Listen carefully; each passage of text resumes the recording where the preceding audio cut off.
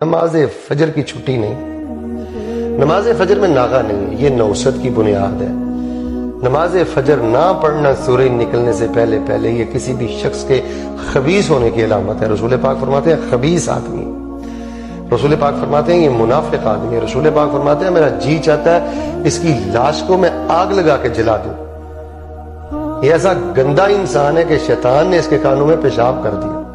تو میرے نوجوان بھائیو، آپ رات گئے تک واٹس ایپ استعمال کرتے ہو، فیس بک اور چینلز پہ بیٹھے رہتے ہو، چلے میں آپ کو ان چیزوں سے نہیں روکتا، لیکن اللہ کا واسطہ دے کر کہتا ہوں پوری دنیا میں جہاں تک میرا پیغام جائے، کوئی میری مسلمان بیٹی بہن میرا بھائی مجھے سنے تو میں اسے 1000 بار یہ کہوں گا کہ نماز فجر سے پیار سیکھو، اس وقت رویا کرو، فجر کی سنتیں پڑھا کرو۔ اللہ ہم سب کی یہ غفلتیں دور کر دے، اس نور کے وقت ہمیں رونے کی توفیق دے دے۔ اللہ جن گھروں میں یہ غفلت